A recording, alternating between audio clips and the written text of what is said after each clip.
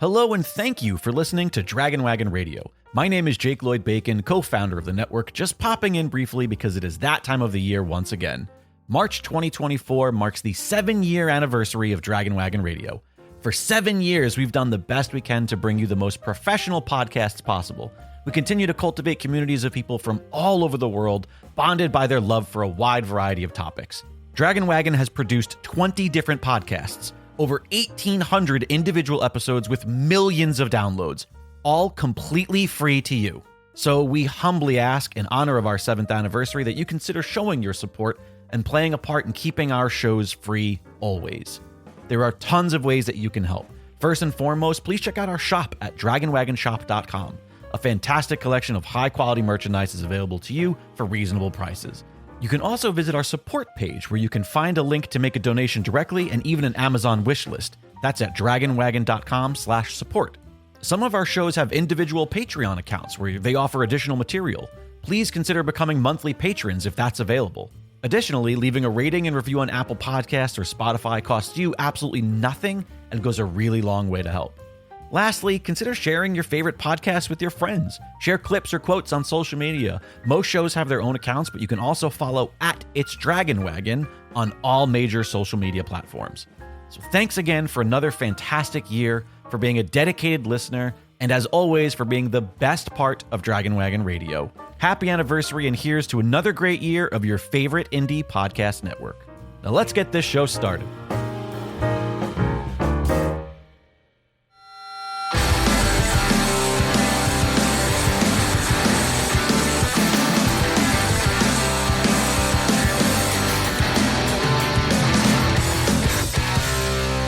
What is going on, everybody? Welcome back to High School Never Ends, a pop punk dad podcast. I am Wingman Steve. And I am Chris 183, and it feels like it's the late 2000s, Steve. It really does. It's not. It's March, and it's Fueled by March, our amply, really well thought out name, where we cover Fueled by Ramen records in the month of March. We were pretty literal there, but that's okay. And we're going to keep that rolling. We talked about Paramore's Riot last week, and there is a pretty interesting band that we are going to talk about today, and that band is Cobra Starship. If you're a fan, you might say Fangs Up Cobra Starship, or Fangs Up Cobras, or something along those lines. There's a snake emoji, so I would use that if I was texting it. And we were talking about folks who might be into Cobra Starship, because we did speak to Victoria Asher before, and I know that our guest Ashleigh loves Gabe, talked about Midtown, and we had a sneaking suspicion that her Gabe fandom may leak over to the Cobra side. Ashleigh, were we correct? You are totally correct about that. And I would say my love for Gabe is not, it's really about all of the things that he does, all of his music. So I wouldn't say I love Gabe, but I love everything. I love everything he does. So there you have it. She's a Gabe fan, and for all you guys listening out there, I cannot wait to hear what Chris has to say about Cobra Starship, because there is one episode in the history of High School Never Ends where Chris had something else that he couldn't participate in, and it was our episode about Cobra Starship. So I have no idea. Chris, I'm so excited. Hey, Steve. Hey. Did you welcome Ashleigh back to the show? Yeah, I said welcome. I introduced you. I don't think you did. Officially welcome back to the show. Ashleigh has been here before to talk about Chris's number 1 love, Rivers Cuomo and Weezer, and now she's back to talk about number 2 love, Gabe Supporter. Hey, Ashleigh. Hey, Chris. Welcome back to the show. Thank you. Now that that's out of the way. Now, maybe Steve did say it. Maybe he did, and I just wasn't listening. But yes, I guess I'm here, right? I'm in this show, and we're going to talk about this band and album. We certainly are. I like your tone of voice. I like your smirk. So I'm excited to hear your thoughts. Do you have any previous experience listening, enjoying, seeing Cobra Starship? Yeah, one time on MTV, I turned off their video. Was that the Good Girls Go Bad video? Probably. That was a good video. But we're not talking. We forgot to say the album. We're talking about Viva La Cobra. So we're talking about Viva La Cobra. We're going to go through the whole thing, album spotlight style. Sweet. Hey, so Viva La Cobra is one that came out before was it before their big boom? Would you call that? Like, was it right before that, or did this start the big boom? So it's kind of interesting, their history. And actually I found it on Wikipedia, but I kind of wanted to read the history of Cobra Starship, the fandom, in case anybody doesn't know how Cobra Starship was formed. They were formed in 2005 after Gabe Saporta took a trip to Arizona. During this time, he went on a vision quest, in quotes, in the desert, spending time with Native American tribes and smoking peyote. He began to create his vision for a new band, a melodic style of music heavily influenced by synth pop and hip hop. Upon returning home, Saporta rented a house in the Catskill Mountains and began writing what would become the band's first album, While the City Sleeps, We Rule the Streets. He posted Holla Back Boy, a parody response to Gwen Stefani's Holla Back Girl on MySpace, and the song gained Saporta notoriety on the internet, and he eventually signed to Decadence Records, the label of his good friend, Fall Out Boy bassist Pete Wentz, which is an imprint of Fueled by Ramen.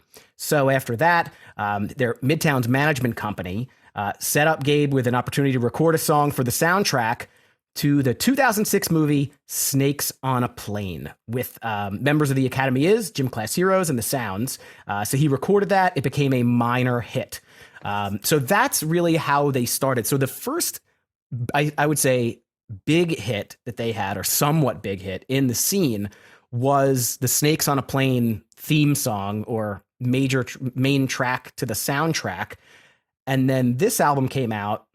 I don't know that there was really a big hit off this album, but then the next album, Hot Mess, that's where the real big hit came, which was Good Girls Go Bad. Ashleigh, how'd I do?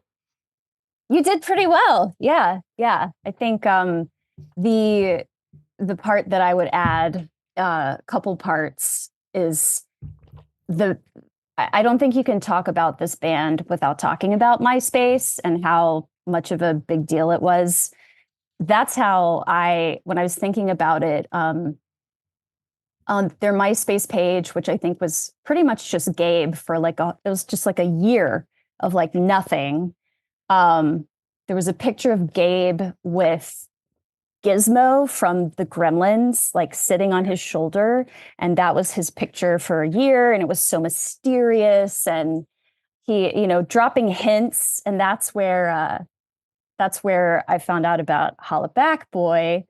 And then around summer 2006, the video for Snakes on a Plane got posted ahead of the movie coming out. And I was just taken away. Like, that song is probably still one of my favorite songs ever. I have never grown tired of it. And that fall, I made a bunch of people go with me to see the movie and sit in the seats at the very end when the video came on. And that was the best part of the whole experience for me. You got to stay in the seats. You got to do it. I do it every time. I sit till the lights come on. So I'm right there with you. But that's cool. I'm trying to find this Holla Back Boy song, and I can't find it anywhere. Steve, do you know where to find this? Or Ashleigh? I don't necessarily know. I think I found out about them when the Snakes on a Plane song came out, and I knew it was Gabe. So the first album that they wrote, he just wrote it. It was a solo project. He didn't recruit the other members of the band until after that had come out. So he's got a guitarist, Ryland Blackington. He's got bassist Alex Suarez, and then Nate Navarro on drums. And then after they were all together, they did have an original guitarist. Her name was Alyssa Jordana. And I know her because she used to be on the Howard Stern show. But she, I think, was fairly quickly left or kicked out of the band and was replaced by Victoria Asher, also known as Vicky T. But I don't know where that video is, though. And what did she do before this? She was, I think, just a student in NYU. And I think she was a musician, but she didn't play the guitar. Gabe specifically wanted a female to play the stand-up guitar. And so he recruited her, and she learned how to play it. So Ashleigh, do you think it's a good idea that Steve and I do all of those things that Gabe did to prepare for this band? Do all of those things, like... Yeah, like the Vision Quest. Vision Quest. in the cabin and the whatever, do you think we would end up with a song similar to Hollaback Boy that would gain a lot of notoriety on, I guess, Instagram in 2024? I do you have what Gabe Saporta has inside you? Do you have that kind of charisma? That's the question I would ask. And if so, I'd say go for it. And if not, I'd say let's give this some thought. I have tons of charisma. I think you can tell that from the show and from the tone of my voice. But I can say that Gabe and I actually are the same age. Mm-hmm. So there is something about that year that I believe that if you put me in the same environment, piece by piece, that I would end up pretty much the same as Gabe. So that said, I feel like it's something we need to do, Steve. Can you make that happen?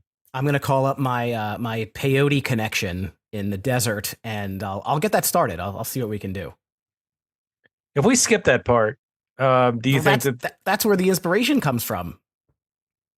I know, but I mean, I feel like he was a lot younger when he did this. Yeah, I don't think people in their 40s should do. Listen, if you're in your 40s and you're doing mind-altering drugs, more power to you. Good for you. I don't think I would be like just inside my head and I would be crawled up in a shell. I don't think it would be very good, personally. I have enough anxiety throughout the day with everything that I have to do, so there's no reason to add to it. However, building a hit song would be a fun thing, but they certainly did that. And what's really funny is that, and this is a observation for me. Gabe was from a band that both of you may or may not know, Midtown. I imagine you're somewhat familiar, but yeah. So Cobra Starship doesn't sound like that. It sounds a little bit different. It's quite different, and I think that's what attracted me to it. So full disclosure, when the Snakes on a Plane song came out, I wasn't a huge fan of that entire album. I didn't think that was like an album that I played on repeat or liked all that much. However, when this one came out, I was like, someone just took Midtown and mixed it with Justin Timberlake. Like, I remember that was my first thought. Like, no one has ever done this in pop punk. No one has ever done whatever you want to call it. It's not pop punk, but I mean, there are the elements, the guitars, the drums mixed with this synth, electro pop, these like LMFAO kind of party jams. And I didn't know I never heard anything like it. And the fact that Gabe was the front man definitely gave it a leg up in my brain. And there is a song on here that immediately caught me. We'll get to it. But I think once I heard this record, I bought it right away when it came out. And I was instantly hooked. I loved it. Awesome. I'm so glad to hear that story. And I also, I have these, my thought is that, and this hasn't, I haven't read this anywhere, but the third, so yes, Chris, I'm very familiar with Midtown. The third Midtown album was really serious and really dark and like rock, like very intense. And I know it sort of didn't do what they kind of hoped it would do. It didn't gain the traction that they really felt that it deserved.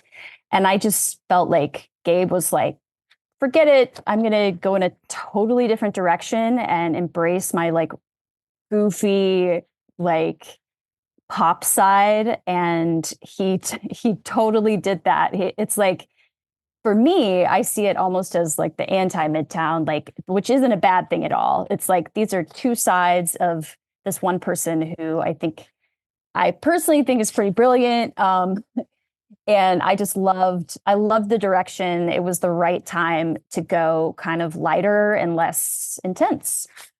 And there was this period of time, this album came out October 23rd, 2007. I mean, there are certain things coming out around this time. Like I mentioned LMFAO, right? Different vibe, but still like party stuff. There was, I don't know exactly when 303 came out, but there was this like a little melding, this mixing of genres, taking the rock and adding the rap or electronic. So I wouldn't say that it was 100% unique, but there were a few acts that did this that made it like really cool because it was rock music that transitioned into like the club. Can I say the club? You can, but that's So you're comparing a couple different things. This is not 303. This is not that era, because the rap piece of it's not necessarily there. This is a little bit different. I think what you're kind of going towards is that, what do they call it, crunk rock or something like that. That was a little bit different. That was the mix of pop punk and rap together. It's like you take the emo and the rap and put it into one, and that's what you come out with. This was more of like electronica, like mixed. This was more happy. It was about partying. It was about the club, but it just wasn't so Kesha. It wasn't like in that direction. Does that make any sense? Like, do you get that feeling? It's just not that. It's something on its own. Absolutely. And in this era, I think it was kind of dubbed the neon pop punk era, where, we had your My Chemical Romances and a lot of these emo bands that were like dressed up in all black. And then a band like Cobra Starship just does the complete opposite. They've got neon and leather and these just outlandish outfits, and they're just being silly. They like videoed themselves. There was a Cobra TV show that was on like 24 hours a day, something crazy like that. So I think they just embraced the being different. But Chris, now you're right. It's not as much as the rap as it is the electronic element, but there is still that party vibe to it. I think it's easy to like go that route too with this, because it is, when you meld anything with electron, like especially during that time period of the late 2000s, early teens, like that was the thing. Everybody was into that. And I can really see why this became popular. And it's interesting because you think about this, what this type of music, who generally, gets attracted to this. It's probably not the same fan.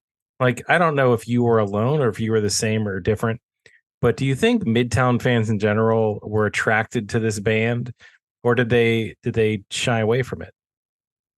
What do you think, Ashleigh? That's a really good question, because I was just telling Steve, I really haven't met a lot of people who like Cobra Starship. I don't think I was necessarily in the demographic. I mean, so as you also know, because you and I have the same birthday, I am also the same age as Gabe. So I was getting older. The people who liked this music were probably a little younger, but I think for me, because I liked Midtown and I wanted to see what else was going to come out of that, that whole creative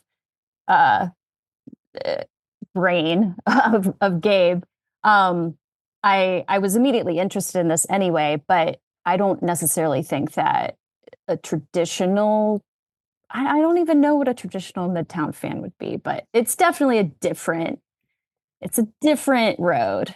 But it worked for me. So maybe others as well. I think there's two subsets of people who are Midtown fans. There are people that are into Midtown and like Midtown. And then there are people that listen so much that they knew who the lead singer was, and they cared about not just the lead singer, but maybe the rest of the band as well, but cared about who the people were. So the section of Midtown people that knew the names of the band members, including the front man, like me, they probably were open to whatever he was going to do next and would easily give it a listen. But I don't know that the casual Midtown fan, or someone that caught them at a show here or there, or listened to a couple of records, but didn't know that much about the band, would necessarily make that trek over to Cobra Starship, because it is quite different. Yeah. What about the other side of things? What about those, and I know we want to get into the album here, but what about the fans of the club scene, the party scene, the people that just really liked upbeat party music? Do you feel like they cared about the fact that this was Gabe Saporta, or did they just like the music and didn't really know who that was, and that was okay? I think at different points in time, the answer would be different. So when this album came out, I don't know that anybody that casual party goer would care. It's Gabe Saporta. However, Good Girls Go Bad on the next record got so big that and they were everywhere. They played on award show. They played on MTV Video Music Awards. They played a lot of places. They blew up, and after that, they had several more big hits. Actually, their last hit, which wasn't even on an album, You Make Me Feel So, I think that's their biggest hit. That was a radio crossover, and I think they just exponentially got bigger starting from Good Girls Go Bad. So they became their own personality, their own thing that people attach to. And I think at that point in time, it wasn't just like Gabe's second project. They played they played the Macy's Thanksgiving Day Parade one year. I remember that. So, Yes, they did, and I think that Cher played it this year. I'm not mistaken, but we could talk about that another time. So let's talk about this album, unless there's something else you guys want to chat about. Just the and I think it's fascinating. Just the overall, like, is it a genre in its own? Is it called something? Is it just a mix?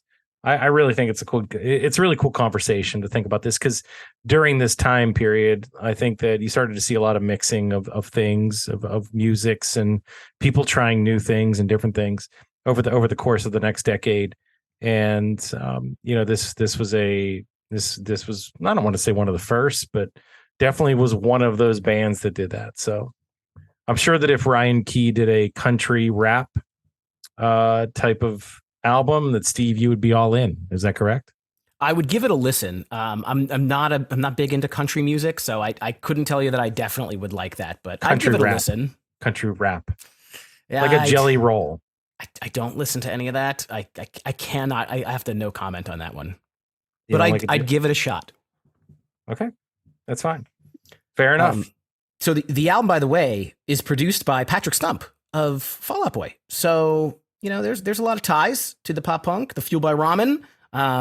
It got to number 80 on the Billboard Top 200, so it did chart, and it sold more than 40,000 copies. I think 2007 was an interesting time in music because CDs still were selling, but the downloading on iTunes or downloading on other places was pretty rampant as well. But they sold some.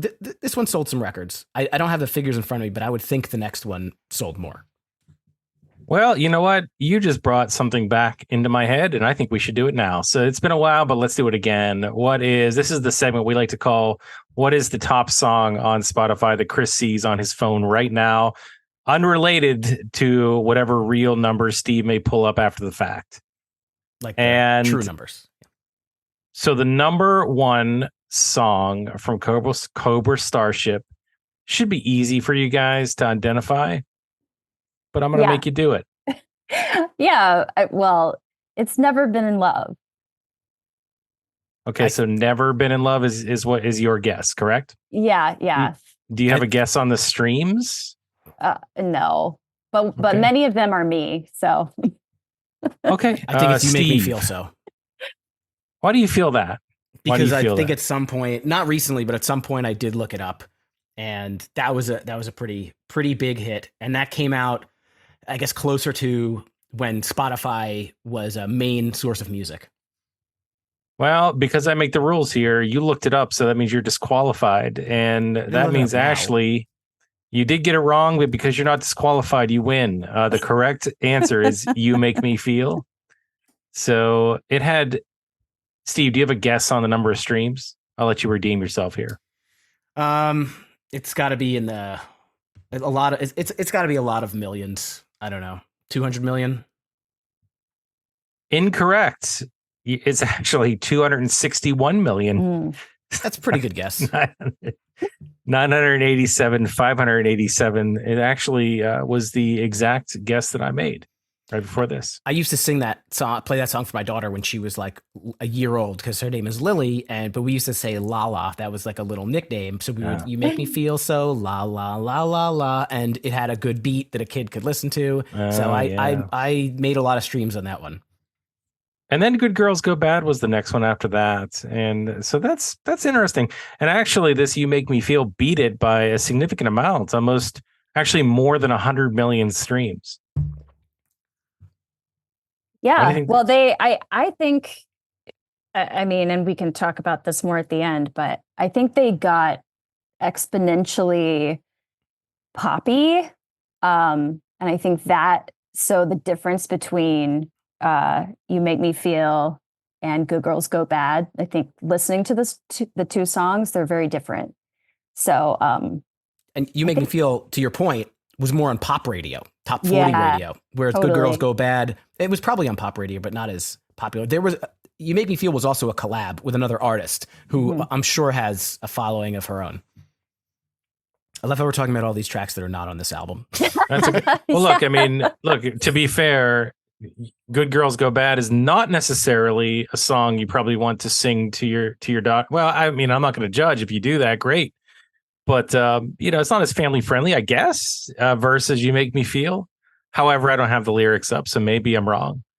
But just at first glance, and I know these songs, but the number 3 song is Hot Mess. And this is my final point before we go on to the album or whatever you guys want to talk about before that. But do you feel like, so everybody in the world says hot mess now, like in every facet of my life, that's like a catchphrase. But do you feel like this is one of the first times somebody actually said hot mess or brought that into the forefront when this album came out in '09? This wasn't a thing before that, was it? I don't know. I don't Mess. think they invented it, but they definitely helped popularize it, or they named their album that. Ashleigh, what do you think? I guess I'd heard it before. I don't really have memories of it before this song, so that's where it sticks in my mind. But yeah. If I could go back in time, I would go back in time to each year and use that and see if people knew what I was talking about. And only when they don't is when I know that I was in the year before they started saying it. So Hot Mess and Dumpster Fire. That's the other one that I think that I would really like to know the year that started. If you know out there what year those started, let me know, because I would love to know. That's what Chris would do with a time machine. Go back and use popular phrases before they're popular. Coin them. That would be good. One thing also, just to note, and we'll get into the songs real quick, but we were talking kind of about, we've just mentioned that this is probably not their biggest album, but this is the one that we chose. And I think the reason why is because this was the start of them as a band, right? They were all part of this record.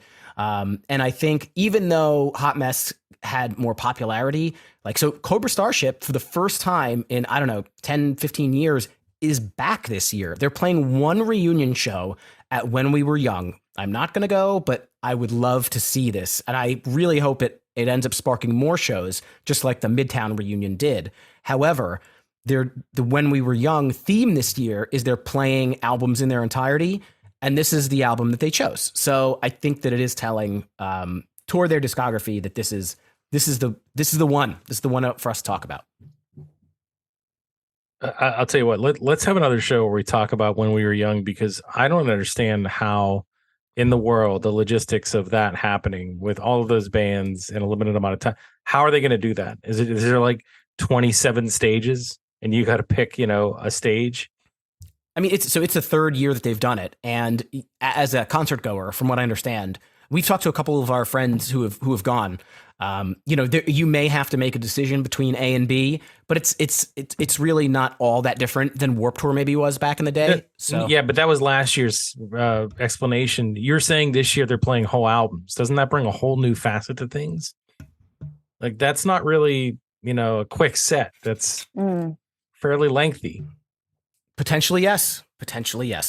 I'd like to know. I would like to know, but I'd also like to know what you guys think about this album, and you'd like to know what I think. So let's get to it. What do you think? Kick things off? I think we're ready to go. All right, Steve, you never kick things off. Why don't you kick things off? The city is at war. This introductory track just, I think, gives a great idea of who Cobra Starship is and what we are in store for in this album. Heavy beats, heavy bass in the beginning. It starts off with basically a double chorus, which is not, I don't think that's too common in songwriting. I think that the verses do give a little Midtown-esque kind of punk to it. I think that I don't think the punk is totally gone with Cobra Starship.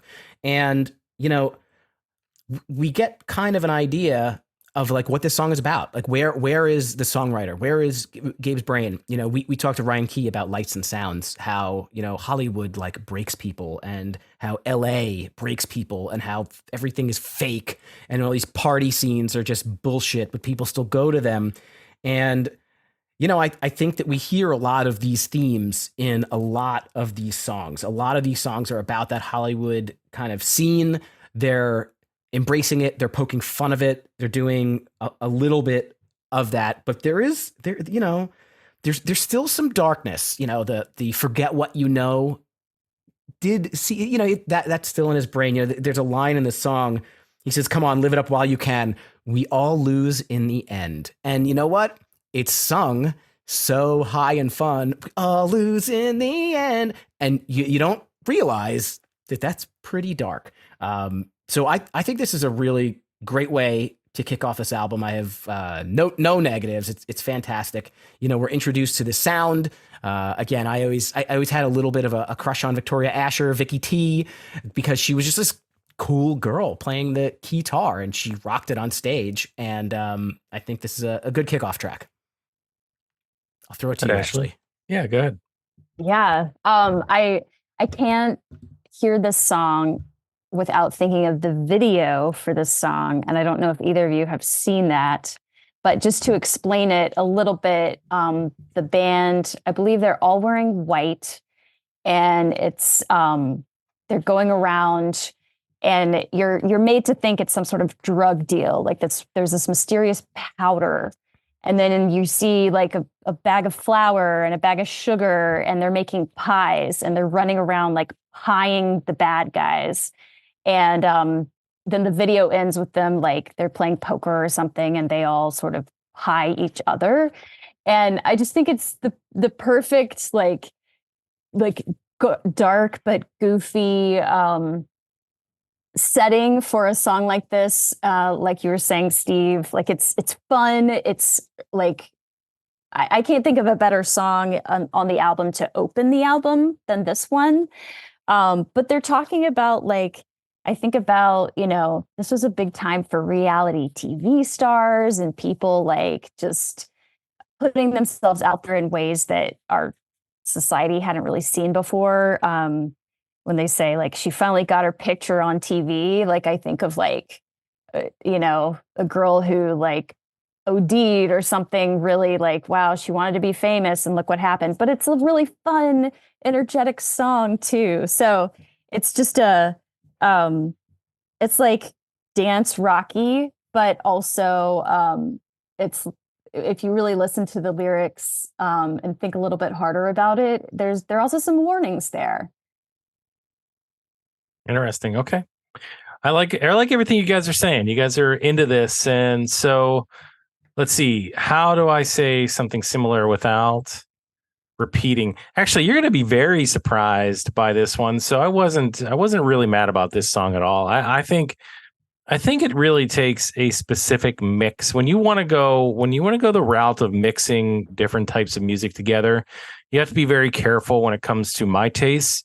Because, if you don't do it perfectly, I tend to just say that's, throwaway pop music, and it's not my favorite thing. Now, I do like some pop music. I won't say I don't, but it has to be specific.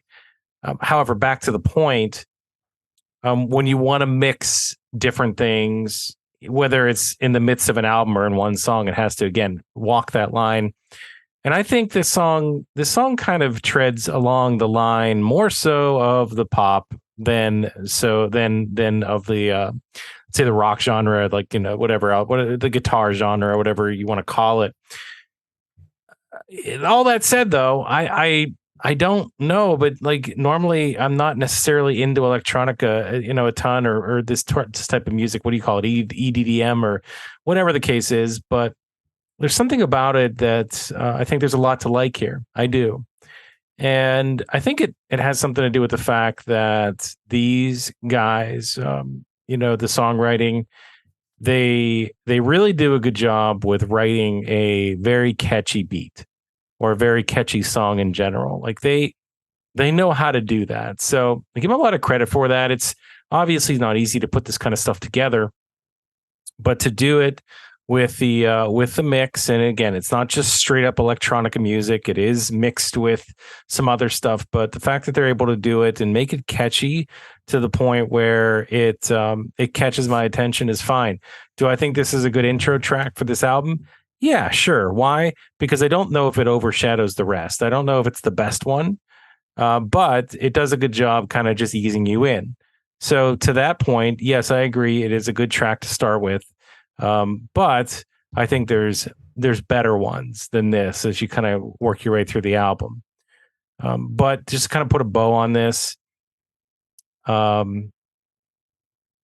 I didn't really understand. I understood the theme here. I was just like, I didn't really connect with it too much. I was like, what is he? Where they're just talking about like the rich party life and what could happen, some of the things that are involved with that. I've heard that before, so that's fine. But for me, it was about the music. So again, middle of the road in terms of the music, but just good and just catchy enough to keep me going. I think that one of the really strong things about this band is that the music will keep you going, but then if you like read, and sometimes you're not even thinking about the words of the lyrics, but if you read them or look them up or get into them, there's always more to them. Not always, but there's a lot of times there's a lot more to them. Very true, very true. So that's The City Is at War. And let's go ahead, Ashleigh, you want to talk about the next song? Yeah. This song is, I think, one of the strongest songs on the album, Guilty Pleasure. And one thing I'd also say it's one of the smartest because to me, it feels very meta. Like the song is called Guilty Pleasure. And I feel like Cobra Starship as a whole, people could classify them as a guilty pleasure. And he's singing about that and saying, I think to the point before, thinking about previous albums and previous bands, like, we don't care anymore. We just want to get down on the floor. And that's exactly what they're doing. They're like making this amazing music that I don't know how you couldn't dance to it.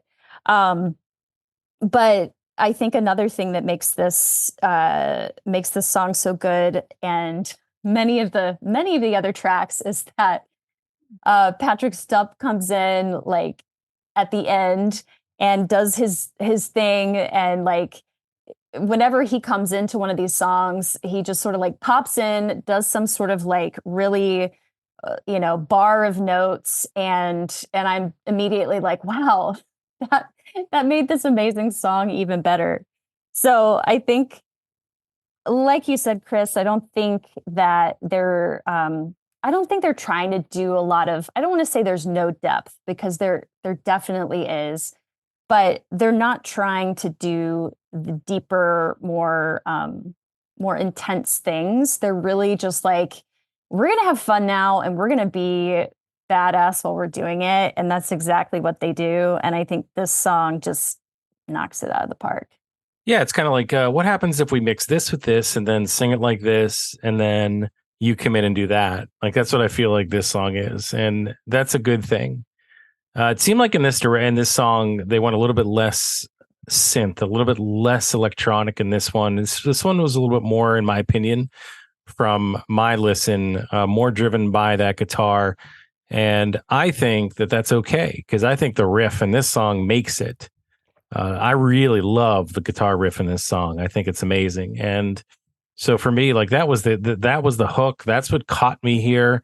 And that's what really would have me coming back to listen to this one again. I didn't even know Patrick Stump was on this track, maybe because I'm not really listening for him. Self-professed, not necessarily a huge fan of his. I know that a lot of people are, so good for you. But I also like the chorus too. I think the chorus comes in this song with a nice mixture. They do bring the synth back in during the chorus, and I think the mixture there is very, very cool, very unique. So you have a little bit of a layered depth to the song with that, as you kind of bring that sound back, but then that guitar just comes driving right back in.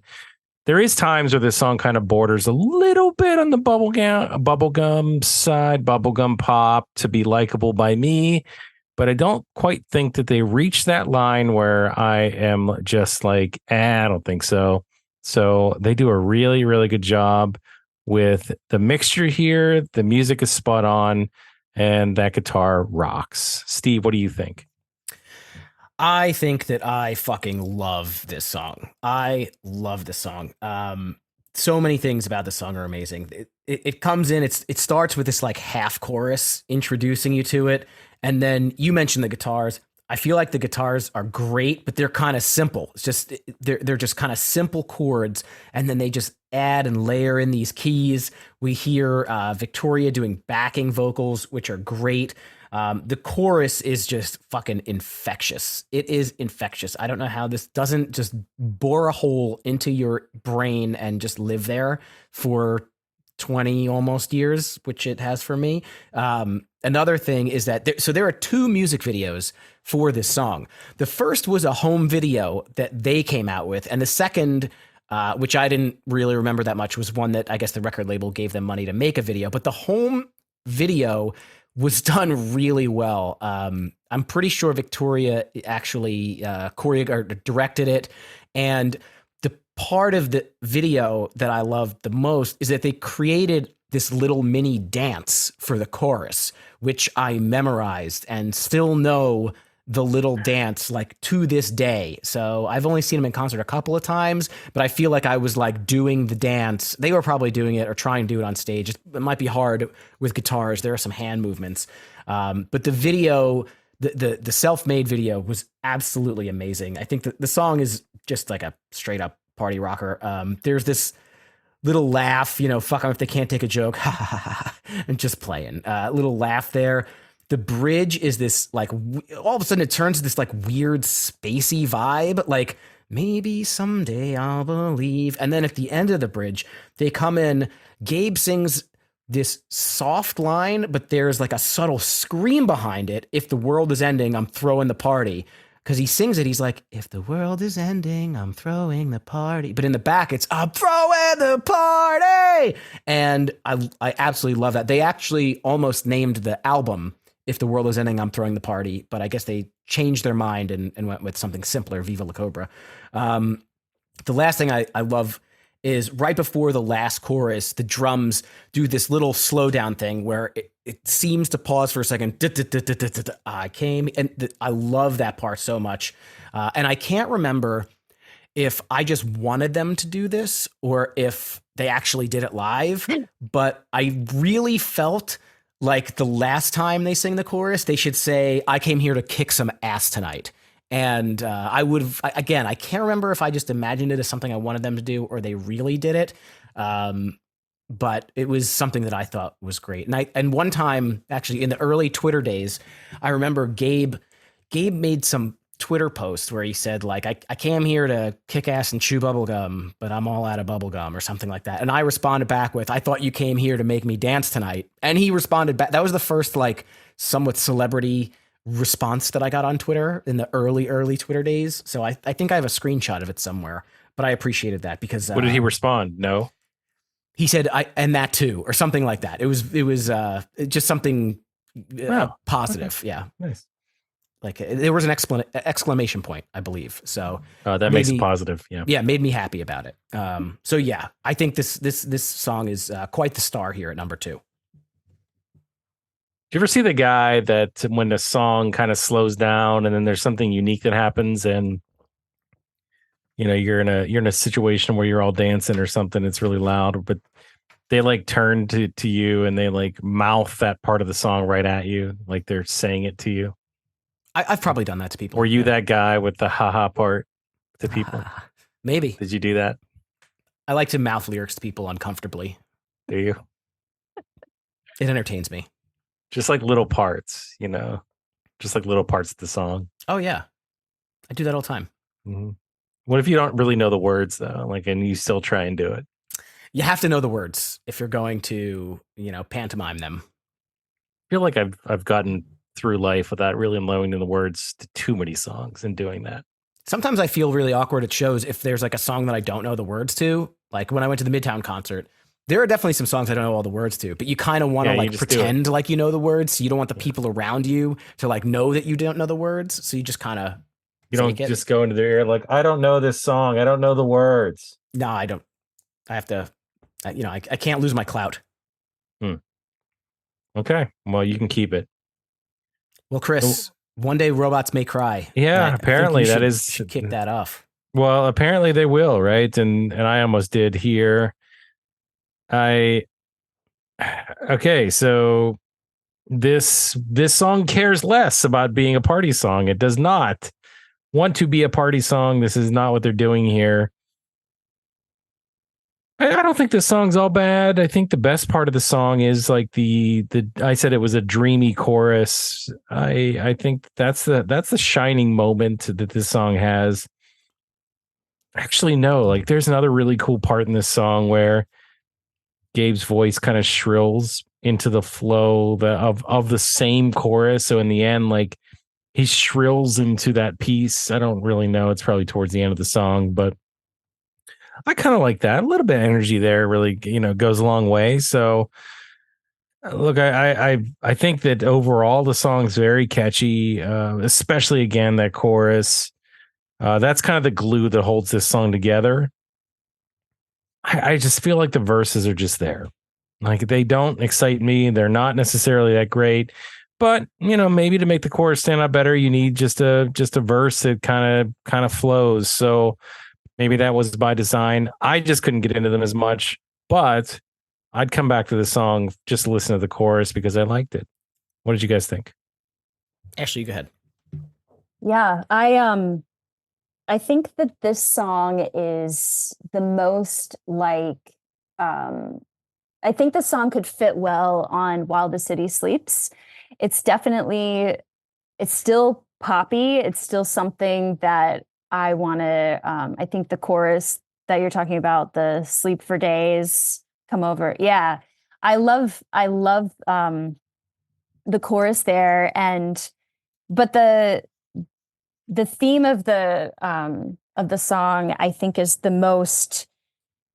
I don't think this record is emo, but this one would probably be the most like that. And it's such a good. It's a good connector between this one and While the City Sleeps, because I feel like some of those were a little more. There were some fun ones, obviously, a little bit darker. And more serious, and this one felt that way too. It felt very much like he's singing about either just about himself or experiences he's had, like on tour, just feeling very far away and just wanting to be either in a comfortable place, feeling comfortable, being with someone he feels comfortable with, but also like sleeping for days. I imagine being in a tour bus and you just sleep and then you're back home, kind of wanting to just sleep away the distance. And so the part that I really, the line I really like about, I'm still a kid, even though I'm colder, which is like, I'm still young, I'm still doing all these new things, but I've seen a few things and it's not always easy. But for whatever reason, the song is very comforting to me. I really enjoy it, even though it is a little bit more serious. Yeah, and I think overall, I think the energy is just different between The City Is at War, Guilty Pleasure, and this one. It has, I wouldn't say it's like less energy. I just say it's a different energy. First off, the title is very funny. Like it was on my my car, and my daughter, like, who's 8, got a kick out of that. One Day Robots Will Cry. The song itself is quite introspective, and actually I agree, it is closer to kind of emo-ish.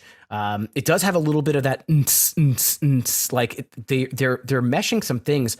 Chris, you mentioned the glue, and I have a thought on what the real glue is to this song. The glue to this song is the subtle triangle. There's this triangle in the background of the chorus, and you can probably hear it in your head since you've listened to it recently, but there's this triangle. I don't know why, but that triangle sticks out to me, and it keeps me grounded. The one line that I had underlined is the line that you said, Ashleigh. I'm still a kid, even though I'm colder. So again, very introspective, him growing up, and I think the song is pretty fun. It different energy. It doesn't get me as pumped up as Guilty Pleasure does, but I think it's certainly very enjoyable. I don't think the triangle can be the glue. I think that it's not like maybe a paper clip, but a glue is more stuff that you need more glue to be able to hold verses together. You want to do that with a triangle. What kind of glue do you use? That is why it's a hot take, as they say. The triangle is the glue. I feel like that needs to go to the people because I feel like that is incorrect. I feel like that's personally, incorrect. I love the triangle. I wrote down xylophone ? It could be a xylophone. I think you're made right. it up. I think it is a triangle, and there's another one that has some bells that I don't. When we get to it, but I love it. It's almost like, oh, this almost feels like a Christmas song for some reason. I'm actually going back on my thought because now I'm thinking it is a xylophone because there are different notes, which means I guess it's possible the triangle. I don't know, but whatever it is, that's the glue. No, you know what it is? It's not the glue. Be the glue? No, it's not the glue. It's not. What it is like the jimmies on top of the ice cream. You actually say jimmies? They're jimmies. What do you call them? Isn't that a Philadelphia thing? No. Yeah, the world calls them sprinkles. I'm part of the world. I live here. I thought jimmies was a Philly thing. You know what I'm talking about, though, right? Of course, yes. Ashleigh, do you know what I'm talking about? Yeah, I do. Sprinkles, okay. a waste of sugar, but yeah, because they really don't taste like very much, right? Like you think they're going to taste like something, but they don't. So it's kind of like it's a joke. It's a trick, but it's kind of it's just that little thing in the background that you sprinkle on that makes it look nice, and it makes this song look nice because you hear it in the background. But it's definitely not glue. It could be the glue that holds it all together. If that instrument, those tones weren't there, it could be totally different. Next time you have an ice cream cone, I'm going to sprinkle glue on it and see if you like that. Well, then I would tell you to kiss my sass if you did that. I guess you can. So I guess whose turn? Steve, you have to kick this one off because you haven't done that in a minute. In a hot minute. The electronics are real fun right from the start. The tones are very, very computery. Like they're very computery. In this song, we get a lot of Gabe falsetto. I'm trying to think how much of that we've ever heard in the past. I'm not totally sure. Might be something somewhat new for him.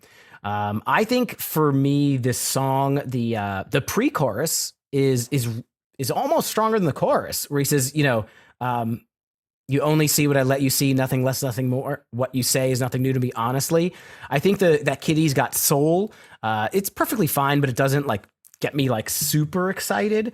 And then the Travie McCoy rap, I think that's super fun. And maybe that's why earlier I was talking about this being in that rapish genre, because these guys have worked with Travie McCoy. They're all real close friends.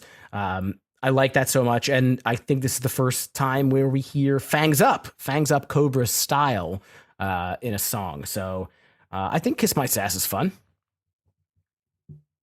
Yeah, I don't know. Grumble. Yeah, I look. Okay, so first of all, this comes in very 303-esque to me.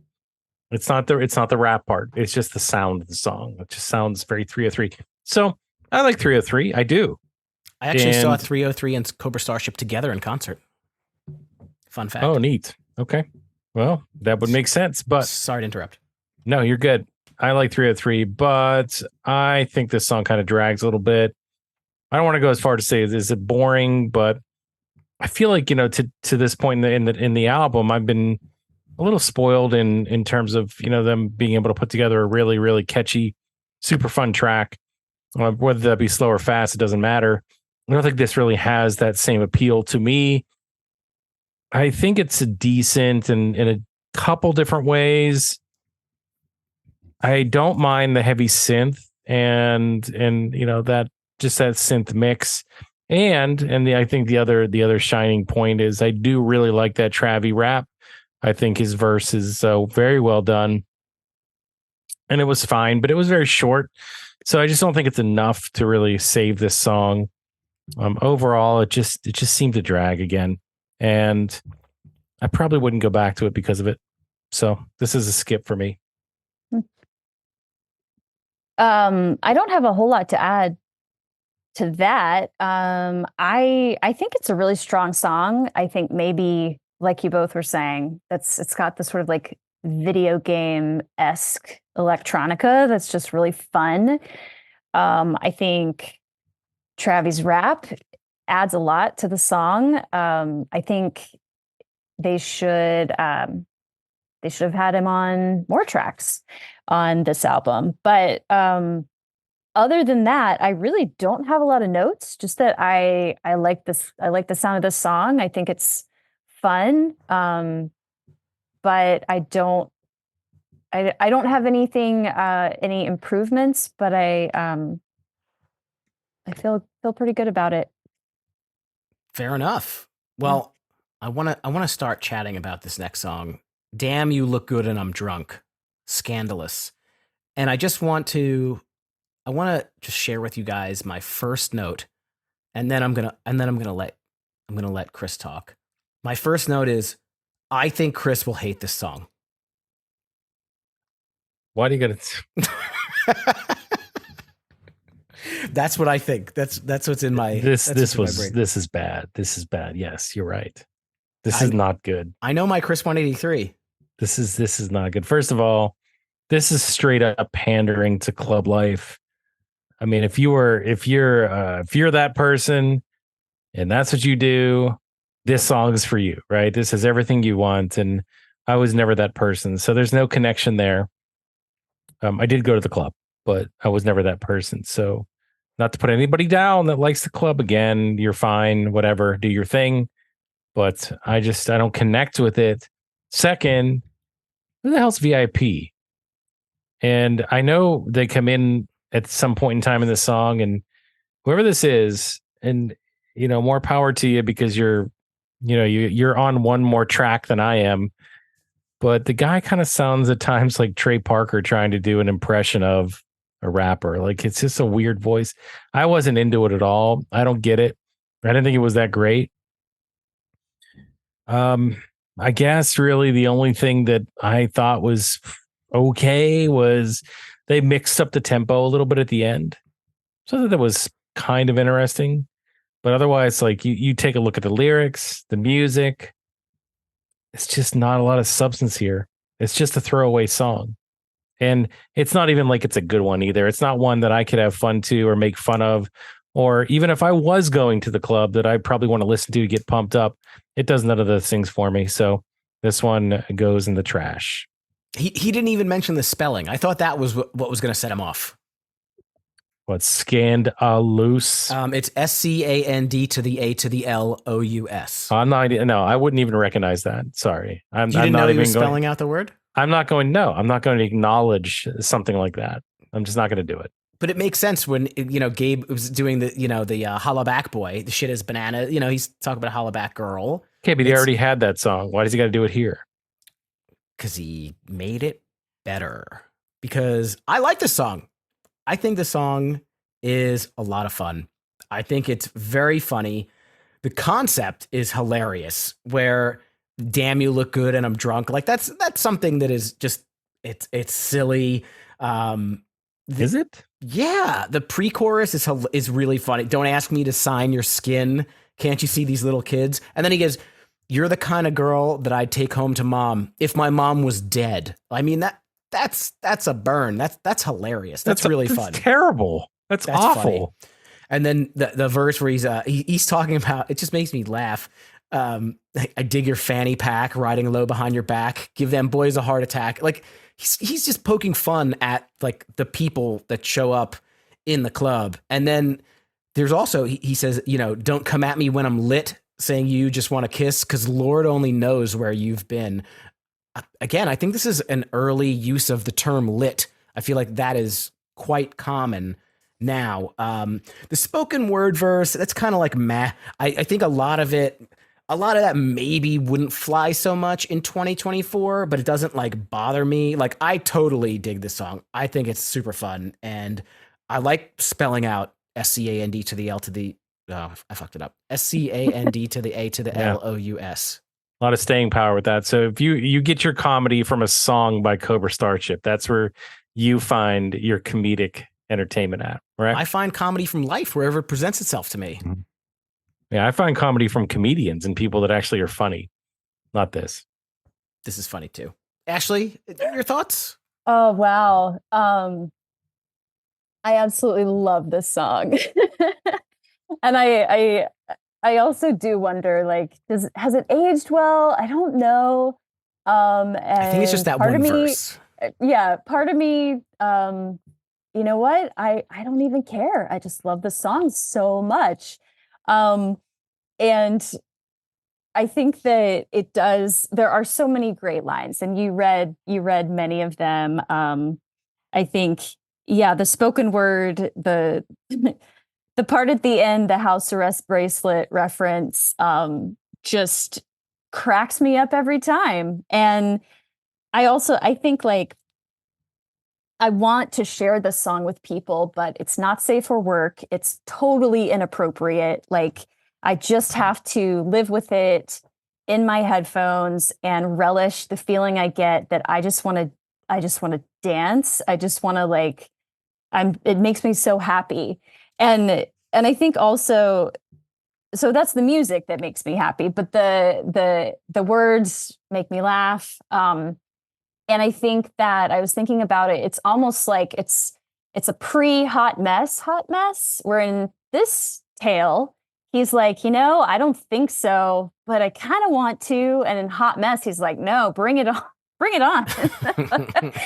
So I thought that was really interesting. And Patrick Stump comes in again and does his little thing, and I'm just over the moon. So um, I'm so glad to hear that at least one of you really likes it, and the other one, yeah, I'm not surprised you feel this way, Chris. But Yeah. we all have our opinions. Yeah, I mean, obviously, you guys are in cahoots, and I've known that from the beginning. This isn't the first time, so I mean, that's fine. You want to gang up on me about this stuff, but I think everybody really knows about this song, so I know you so well, Chris. I know you so well. And I don't you need know to say what? any further. Just listen to it. And damn, you look good when you're drunk.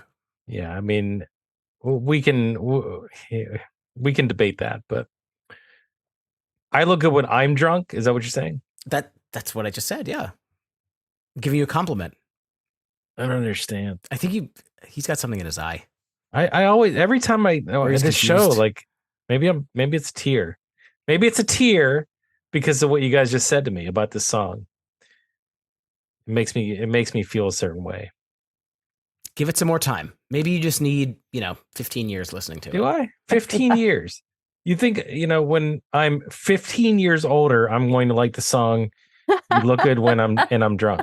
Dan, you look good and I'm drunk. In 15 more years of my life that's gone. I'll put a $1 bet on that. I would much prefer to listen to the next song, which is The World Has Its Shine, but I would drop it on a dime. This is the era of the long song titles with parenthesis. This is where it kicks in Viva La Cobra. Yeah, but you know what? The funny thing is that they don't totally ignore it like Fall Out Boy does. Like they actually say some of the stuff in their songs. Not every time, but I think in several songs they do. They reference the title. So I give them credit for that. I don't know why. I just do. I like it. Yeah, look, I think that for me, they turned it around. I think this is an awesome tune, ladies and gentlemen. I love that progression into the first chorus. And you may ask, like, what is that progression, Chris? What are you talking about? Well, it's kind of like starts off like very synthy, very mellow, and then you bring in like a guitar piece. So you get a little bit of a different taste of what this song is, but it flows well. And then you get that chorus, which I want to say is something else, but maybe it's not. It's just something a little bit different. So you have that 1, 2, 3 punch, and then you start it over again. You get that killer piano part towards the end. It's very short, but it definitely adds to the song. And then you throw that guitar riff back in. Yeah, I don't think this song can miss. This is one of the can't miss songs on this album for sure. And what's interesting is, slower songs really. I don't call this a slow song, but usually this isn't my cup of tea. Usually I kind of stray away from this kind of thing, but I really like what he does here. I think it's really, catchy is not a really good word, but it's music to my ears. It sounds really good. And I think it's the way they kind of mix those things up. And that finished product is, I think, one of the best. So I don't know who's next, but whoever wants to go next can take it. Cool. Yeah, I'll go next. I'm not surprised that you like this song, because one of my notes was that 2/3 of the way, the guitar solo, it's very Weezery. I listening to it closely a couple of times. I'm like, this could be Weezer. This is great. I heard it too. I know what you're saying. I know what you're saying. This one feels like the most sort of stadium rock anthem. It's not really slow enough to be a ballad, but it feels more like a ballad. And I think that I, unfortunately, would sort of frequently, I never skip it, but due to my personal opinion of the strength of the previous song, I feel like, okay, now we're entering the second half of the album, which has a very different feel. And it's not as much of my favorite style as the previous half of the album, but I think just the music here sounds really, really strong, and it's definitely the kind of song that I'd love to hear, well, played live, but also especially in like a big arena. All right, Steve. I'll finish us out there. So this is some more Gabe falsetto, which I always like. I think that's always fun. I think this song is fine. It's not one of my favorites. Maybe I'm just not one for love songs. There's the one thing that sticks out to me on this track is it's got a really cool guitar solo. Like I think it's about halfway through. Maybe it's the second half of the song. That was the only thing that like really stuck out to me. And again, yeah, maybe it's just because the vibe kind of did change from the last song to this one. But again, I still like it. I think that for me, I don't personally feel like there's really a skip on the record. This one's just not certainly like a standout to me. Maybe it's because I was just grasping and like clawing and like bringing myself out of and grabbing onto whatever I could that wasn't the song before. So it sounded so much better to me because of that. So maybe that's it. Maybe that's why I'm not on the same page with you guys. I don't know. I'm trying to understand. That's all. We're trying to explain. I'm not quite there though. All right. Well, the next song is "Smile for the Paparazzi." Ashleigh, why don't you kick this one off here? Yeah. So this one's not my favorite. This is my least favorite one. And the music is fine. And once again, Patrick Stump, he's on this. He's great. I like this. I like the intro where Gabe is singing in Spanish. He sounds really good. I'm not sure, but it is possible that was his first language. I know he was born in Uruguay. But don't quote me on the Spanish being his first language thing. I just cannot get over the chorus, which is basically like, if you want to be famous, take a shit where you sleep and smile real wide for the paparazzi. And that image is so illustrative. Like I can see it in my head so well that the song just kind of grosses me out. And it's too bad, because I think that there's a lot to love about it, but I really, really dislike references to bodily functions in music. I just can't get past it. I don't know. What do you guys think? I never pictured the feces in the bed personally. I took it more of a tongue in cheek kind of phrase. But the thing that I love about the song is the weird. I call it a Moroccan sounding intro. This it's very, very different than anything that we've heard. It's another song that has a lot of video gamey, computery like sounds in the background. One thing that if you listen real closely, like there's a lot of background chatter, like stuff that I guess if you listened real hard, you could probably make it out. But if you're listening kind of casually, but sometimes when I was trying to listen and study, if you will, I'm like, what is all? There's so much stuff in the background, and there's actually a point where I don't know who it is. I won't take a guess, but there's somebody who's like beatboxing towards the end, which is pretty cool. I think overall, just not like a whole lot of like content in this one, but I think that it's got like a pretty cool vibe to it.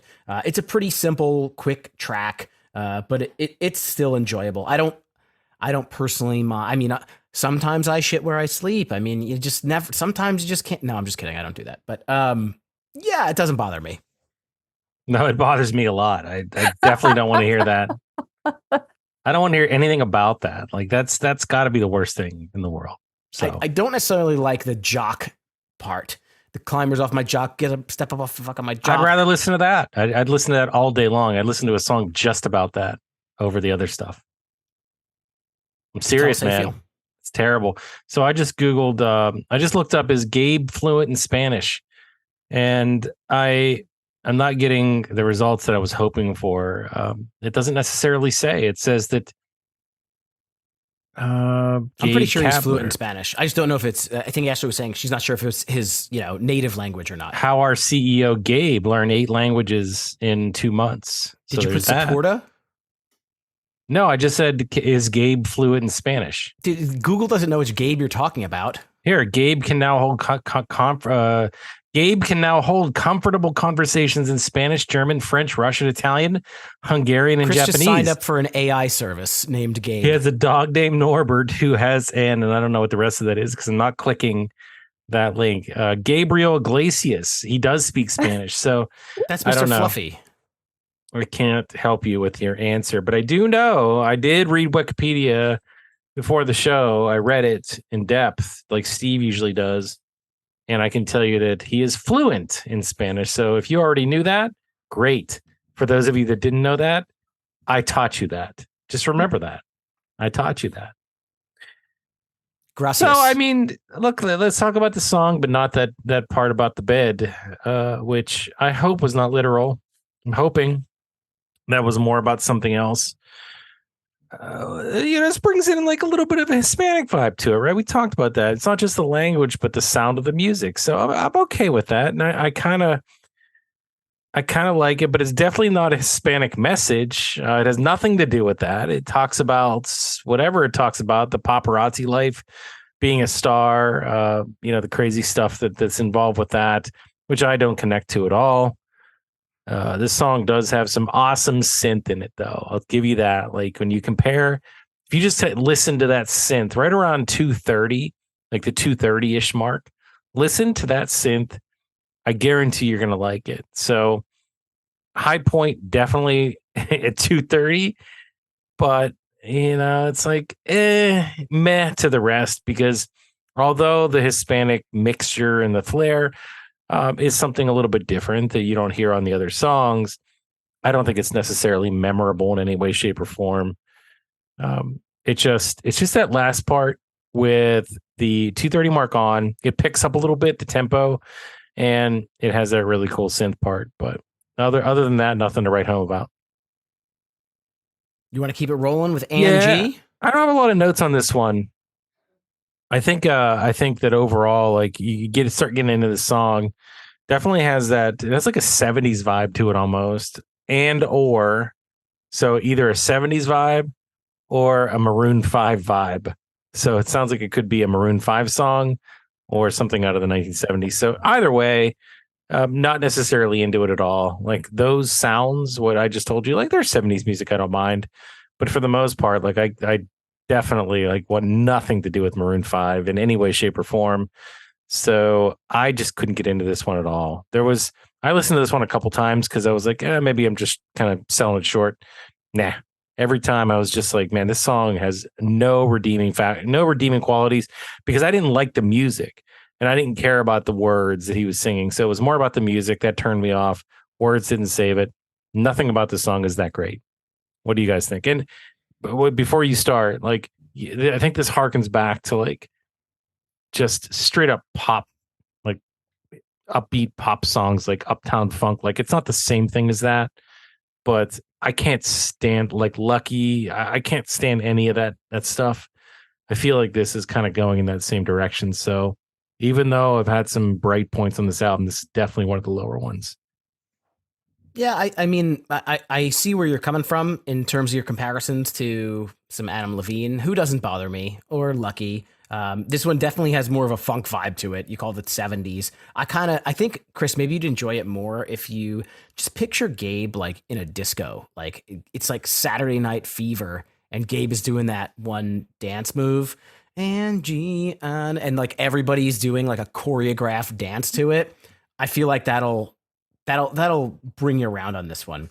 I did see there are some like similarities between this one and Kiss My Sass, where she's like, oh no, you still ask me to wait. Kind of sounds like don't ask me to sign your skin. Like some of the patterns in the song I feel like repeated a little bit from that other song, but this is one that I kind of just listen to ancillarily, and I don't get too caught up in the lyrics. I don't know. He's telling some sort of story that's not like officially super clear. It's not that whole like I hate being a celebrity or whatever, like kind of LA vibe to it. It's just something totally different.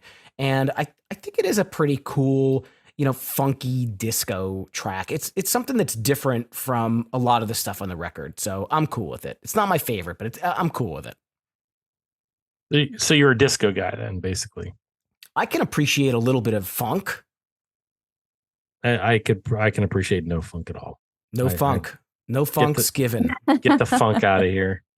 Ashleigh, do you like the funk?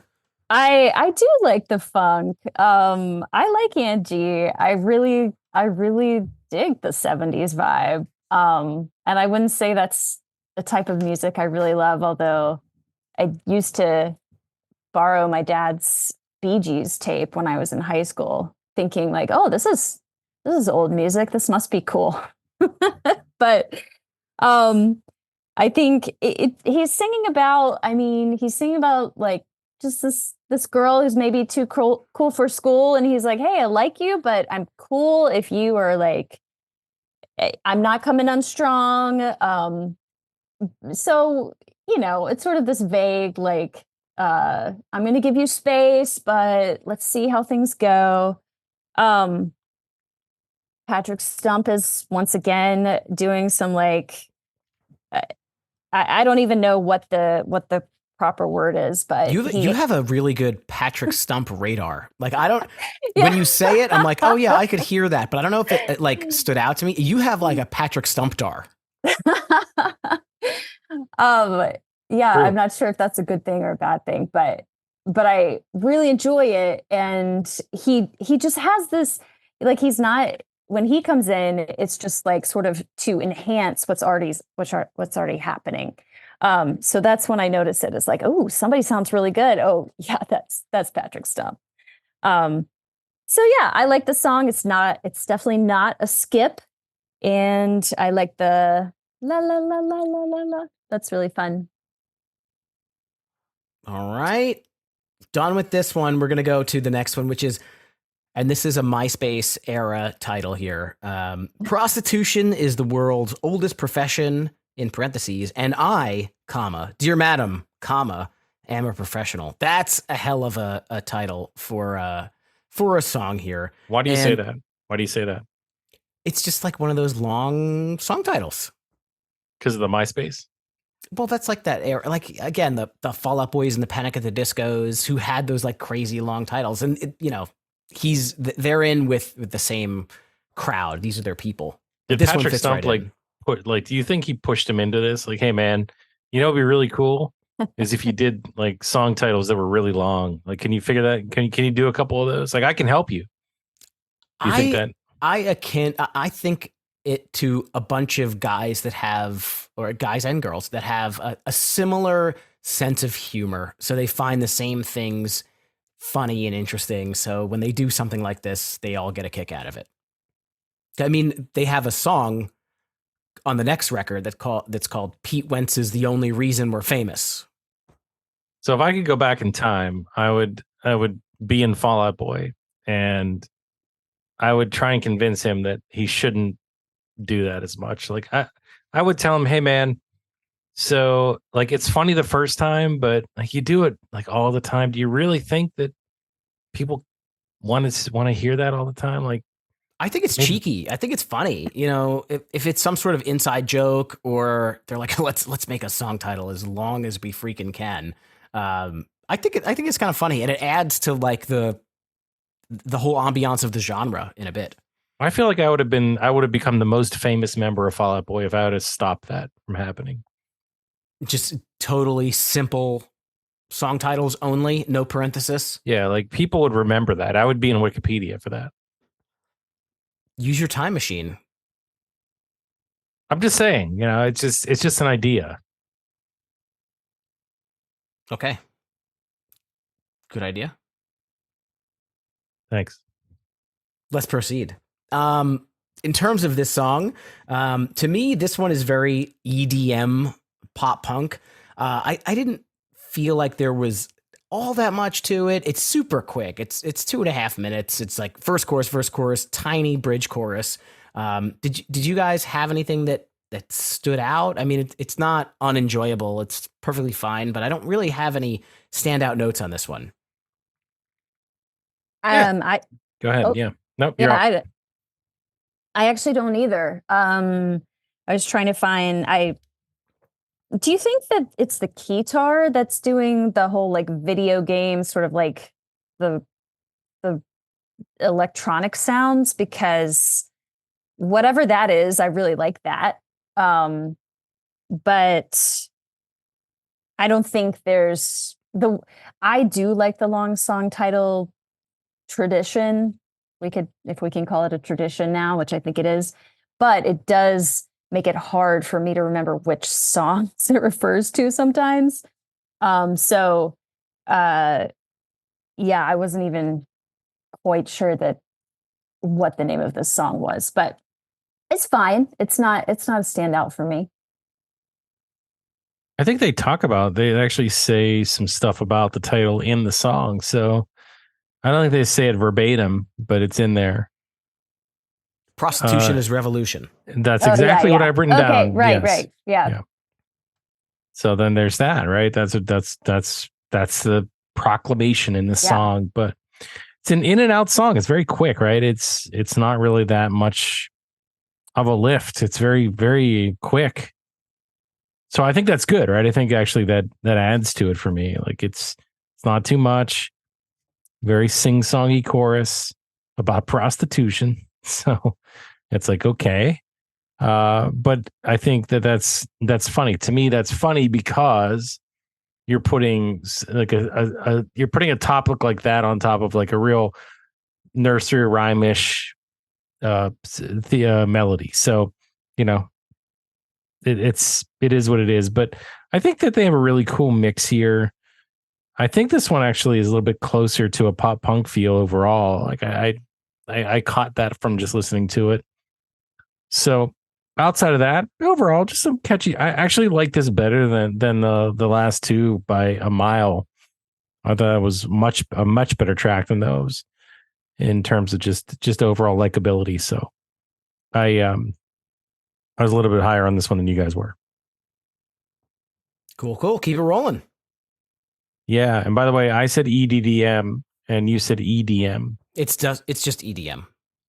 Yeah, that's not necessarily true because EDM can be electronic direct mail. It's electronic dance music. But you had 2 Ds. So what did you think it was? Electronic dance and digital media. Oh, good. That sounds right. That sounds what the kids do in the club. The EDDM. They're actually 3 Ds. No, Yes, we're talking about prostitution. There's always triple D's. We need to reel it back in here and understand that it can Two be either songs. or. It Two can be songs either to go. or. Yeah, so we'll talk about EDDM later, but let's talk about this next song. My mom, no, my mom. It's not my mom. I can't read my own writing sometimes, but my moves are white. White Hot, that is the name of this song. And this song to me is, I'll make this easy for you guys and trash it really quick. The song's too long. And I think that if they would just shorten this up a little bit, I guess it's not it's not like it's a 6-minute song, but I just think that it's just too long. I don't know. It just drags. It's boring. And I don't know. I don't have really much else to say. I think these, see if I can look at my notes here. So the theming is hilarious. Why would I think that? I guess, I know why. I know what I was thinking there. Because it's funny, the narrative of the song is basically some dude that really believes that his moves are white hot. Like he's basically that guy. He's that guy that, probably bobs his head at you. Like, if you're at the club or, has his collar popped or something like that. Like he's that guy.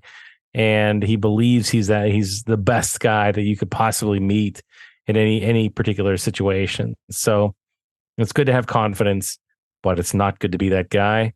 And so I think that that's hilarious. And I do think this is funny in that way. So I will give them that comedic edge here.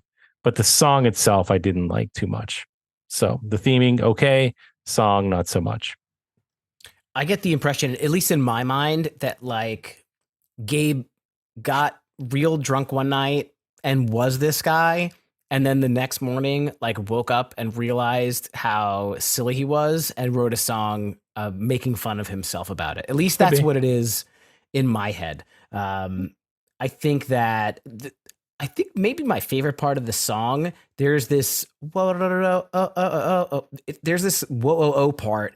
It's kind of like Michael Jackson-ish. Like it's very I don't even know how else to say it, but it's super fun.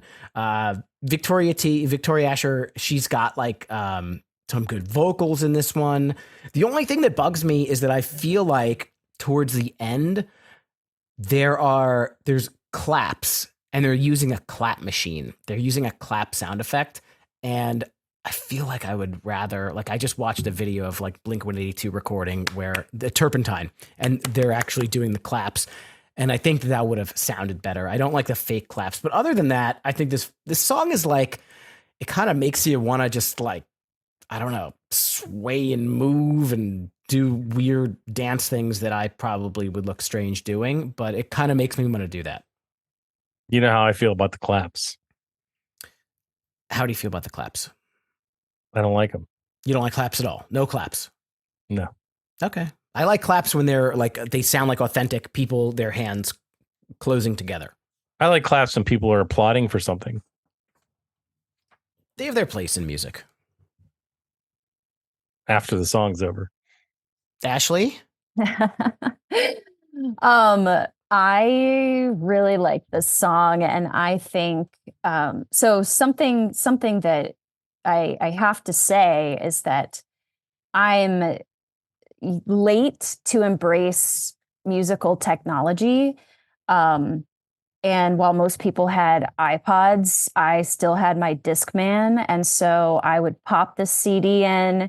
This is the second to last song. And this would be the like, oh yeah, I'm going to keep running because this song is on. And because I'm not really going to dance out in public with my Discman on the sidewalk, I'm going to run. And this does the job very, very nicely. There's a really nice build. There's some sing back stuff. I bet it's really fun live. I put that it's really like dance floor fun is the kind of the theme here. And Patrick Stump, he's in it again. He does his thing, and I really don't mind. I don't mind how the end kind of goes on a little bit. It reminded me a little bit of the track on "Forget What You Know," which is "So long as we keep our bodies numb, we're safe," where it goes on for like a long time of just this loop.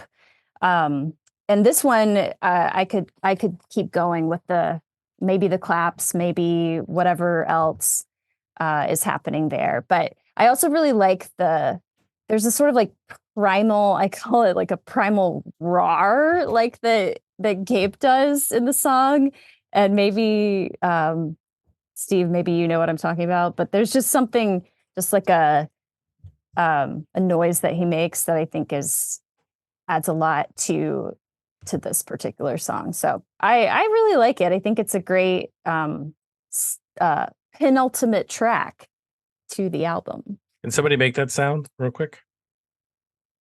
No, it doesn't sound like that. That was bad. You did it better than me. Good. It's good.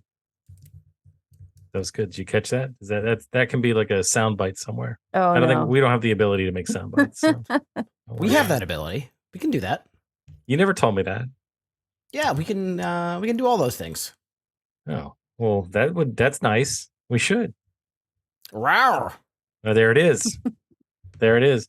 And you know what else there it is? This is the last track on the entire album. Seems like we go through these things very quickly, but today let's talk about Pleasure Island. And when I didn't know the name of the guy and the band was Ryland, I'll admit I'm not a historian of Cobra Starship, but so without knowing that, this song title made no sense to me. And my first title was "What's a Pleasure Island?"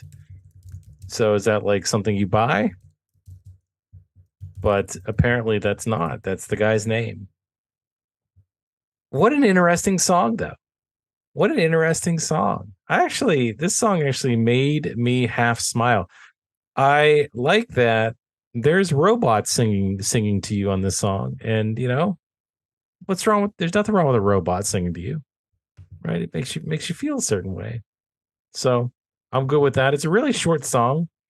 It almost felt like you were in the very, very the deepest, darkest part of the 80s, like pop synth wave era.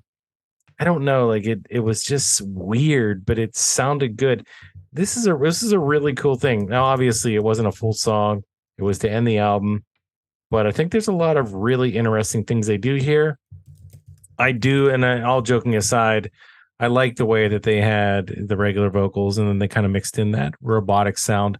I don't know whether that was just a filter or if that actually was them synthing a voice, an AI voice of some kind. But either way, I thought it was a really cool effect. So I would listen to the song again. This was a cool one. Well, not I wouldn't necessarily rank it up there with the rest of them, but rest of the good ones in my opinion. But it definitely was a unique novelty song to end the album. What did you guys think? Go ahead, Ashleigh.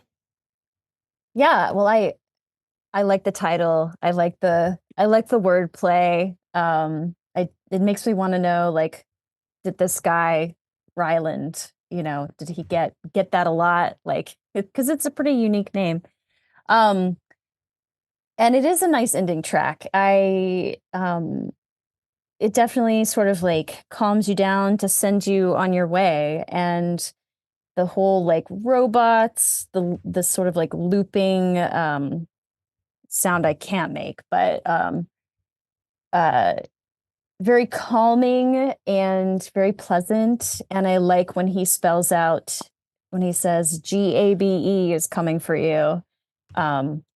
It's just, I think I guess I do really enjoy this sort of sense of humor that's like, I'm making fun of myself, but also look at me making fun of myself. I really enjoy that, which is present on the entire album. And I don't think Patrick Stump is in this one, just for the record. The stump alarm didn't go off. Yeah. So I missed that part about He's saying that Gabe's coming for you. Does that make you feel like kind of uneasy, or why is he coming for me? I don't know. Are the robots supposed to make us feel uneasy? I don't know. Yeah, I think both of that stuff is like when you combine the two things, you kind of think about it a little bit more. And I look out my window to see if someone's watching back at me. He's not, but Steve, is Gabe outside of your window right now? I wish I would invite him in and have a Red Bull and vodka with him. I know that back in the day that was his drink of choice. You would buy him a lemon drop shot, is what you would do. No, Red Bull and vodka. That was his drink. Lemon drop's your go-to for bands. No, that was you're referring to when I bought Yellow Card drinks. That was a Washington apple. Oh, it's the same thing. Very different flavor. Anyways, it's all fruits. Pleasure Island. Yes, I appreciate the wordplay. I think it's funny. There was some joke about Pleasure Island and Pleasure Island. I think the instrumentals are pretty cool in this song, but the weird auto-tune chorus is just it's just an interesting choice, that robot chorus. So to me, it's not like the absolute strongest of album closers, but it doesn't turn me off or get me upset or anything like that. So I think it's just okay. I want to see you get upset about a closer. I mean, I could, I potentially, not on this record though, not on this one, because I like this record. Right, you do, you really do. You were mostly positive. I don't think you were negative one time, but I think that was something I would assume. If you came in here and you were negative about any songs on here, I would have been super surprised. Ashleigh, I wasn't sure because I knew you were a big fan, but I also know you're very critical and critical in a good way in your evaluation of music. So it was interesting to see that you were a big fan as well. There wasn't really anything on here that you didn't dislike, or that you did dislike, I should say. Me, a little bit different. That's okay though. We're all different. We all have different takes on the same album, and I think that's what makes this fun. But you know what else is fun? What's fun is the next segment, and that's Ranking It, where we get to rank our favorite stuff off the album. So let's get right to it today. I'm not going to go through a very verbose description of what ranking it is. You guys know what this segment is. So let's start with our top 3 off the album. Actually, let's start and finish with it. We're going to go in order though, 3, 2, 1. We're not going to go in any order, just in order. No honorable mentions, please, because that makes me sad. Yeah, that's right. This is the rules. Can't just go ahead and you got to respect the rules. You got to respect ranking it. You can't go around breaking the rules. You just can't do it. Can't do it. If you want to do a separate ranking it list that's outside of your top 3, go for it on your own time. I don't care what you do. But during this time, it's 3, 2, 1. So Ashleigh, you are the guest, and usually we start with the guest. So I'm going to hand it off to you. Give us your top 3 off the album Viva La Cobra. Awesome. Before I do that, I do just want to say that even though Steve and I share a lot of positive opinions about this album, I did hear that your very favorite episode of 2023 was about the Blue album, where you and I shared a lot of positive opinions. So I feel like that's the beauty of this sort of music, is that it can go all over the place. So my top 3, number 3 is One Day Robots Will Cry. I just really love the sentiments of it. It feels good. It's a fun song to run to. I really like that song. Number 2 is Guilty Pleasure. Just an all-around fantastic song. And I think we've explored that pretty well. And so my number 1 song, just given how it makes me feel, is the SCA to Scandalous. I'm choking on my words here, but I think Scandalous is number 1. It's just so funny and so fun.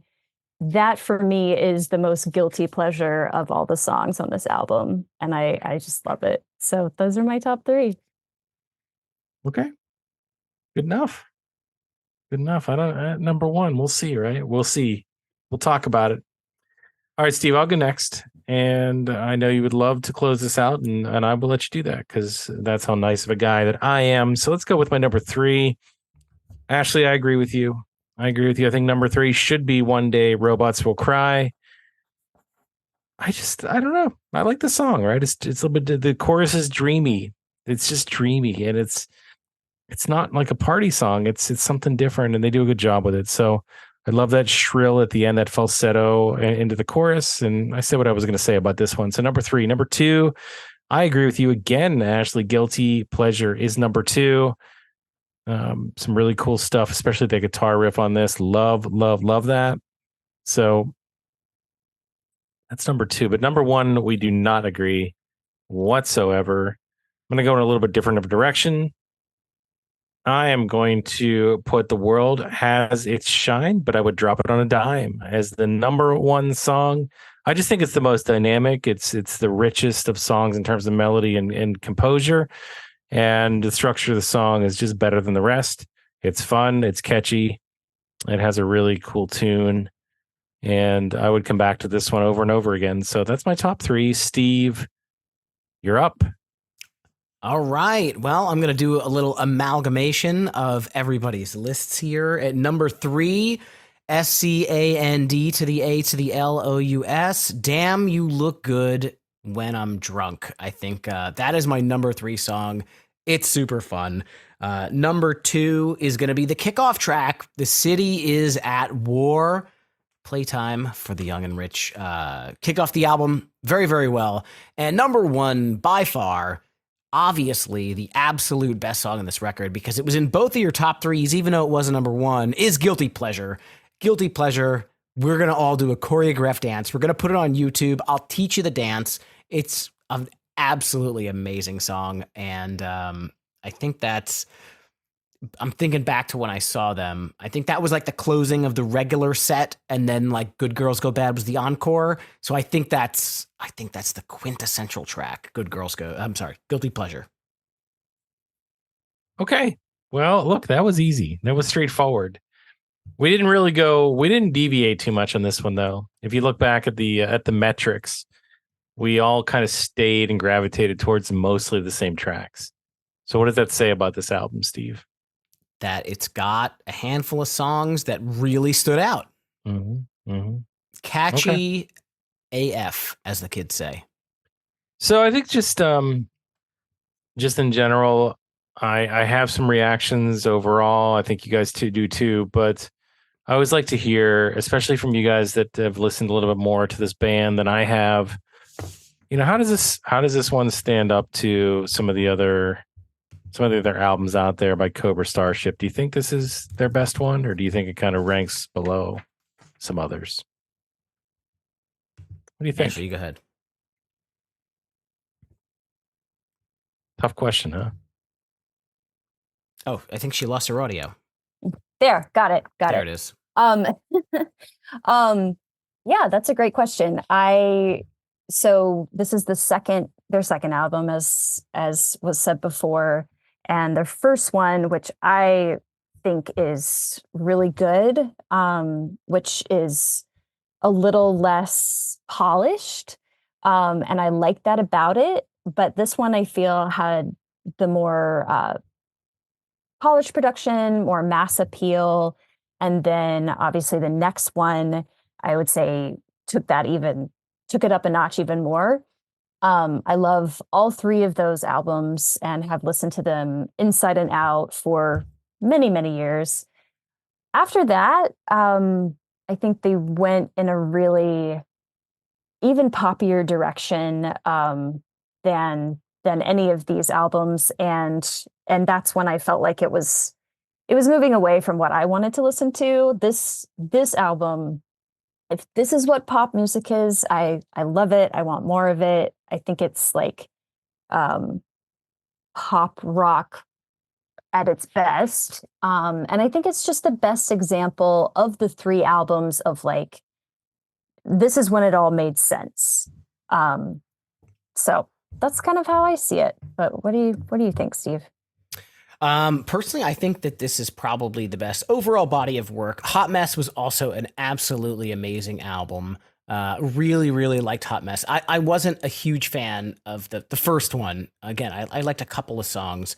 And you know what? Honestly, Nightshades was really good too, but Nightshades just took it to that pop, I'm in the club, and I feel like by Nightshades, the pop punk, the shades of Midtown that were in there kind of faded away. It grew into being more of a pop club kind of thing, and it's probably the best pop club thing that I would like, because I don't like a whole lot of that stuff. So I think overall, I like their body of work, but Viva La Cobra has a special place in my heart. So I think that this one is number one for me. Okay. Good stuff. I have no opinion, so I will not answer that. Anything else in closing? I'll tell you what, my closing is this. I was maybe leading on that I didn't like this album as much as that I ended up saying, in my song by song evaluation. But I'll tell you this much: they do a really good job with the music. I think they do some really creative things. They do a great job with mixing that synth sound in. And it is really super catchy at times. So I think there's a lot of good things here with what they try and do. And I haven't really delved into too much of their other stuff. So outside of obviously what I've heard on the radio. So I'll give it a listen. But I don't want to say I was pleasantly surprised, but I definitely like this a little bit more than what I thought I was going to. I thought I was going to trash the whole thing. But ultimately that wasn't the case. So I think that's a win. Fangs up, Chris. You're a fan now. I'm Ashleigh, not gonna do that. anything you want to plug or shed some light on? I think that's it. I really enjoyed talking about it, and it means a lot to me to be able to talk about this band and how much fun they are. So thanks for having me on. Absolutely. Well, it was a blast having you back on the show. Looking forward to the next time we get a chance to do that. And hopefully all of you out there enjoyed it too. We are having a blast during this, we call it a mini series or a series we're calling Fueled by March. Man, I can't wait to see what's next. I don't want to give it away. Steve, don't give it away. But stay tuned, because there's going to be a lot of stuff still that we're going to cover here in March. That's going to have that Fueled by Ramen theme. So do not miss it. And let us know what you think, right? We have socials. We have Instagram. We have Twitter or the X. Reach out to us. We have the Discord server. That's one of the best places you can talk to us directly. If you want to know how to get on the Discord or hit us up on the socials, just go to our hub. That's www.hsnepod.com. If you go there, you're going to get links to all of those things I just talked about. And you can give us your opinions on whether or not it's EDM or EDDM. I have a good feeling I know what the answer is. And good luck with that feeling. If you like this episode or any of our episodes, please give us a 5-star rating on Apple Podcasts or Spotify, and you can write a written review and give us your thoughts on Cobra Starship and give us your thoughts on us, as long as they're positive. Be nice to us, so it makes us feel good. We also have a shop at dragonwagonradio.com, highschoolneverends.com, hsnepod.com. Sorry, I was going little meta there. hsnepod.com is our shop, and we have t-shirts, hoodies, mugs, lots of fun stuff. Support the show, support the Dragon Wagon Independent Radio Network. We will be back next week with an all-new Fueled by March. Until then, keep on rocking your dad bods, throw up your rock hands, and blast the pop punk. Internet! I'm Coy Jandro, a Bostonian who loves pop culture, comic books, and people. And I host Coycast. It's a podcast about all those things. If it fits in on a con floor, we talk about it on Coycast. Myself and producer Jake do previews, reviews, deep dives, and tinfoil hat theories about everything from movies, TV, and the comic books themselves. I also like to dish out comic recommendations from my 100-plus pull list a week so you know what's best to buy. So join us, True Believer, on koicast.com or wherever you're listening to this podcast right now.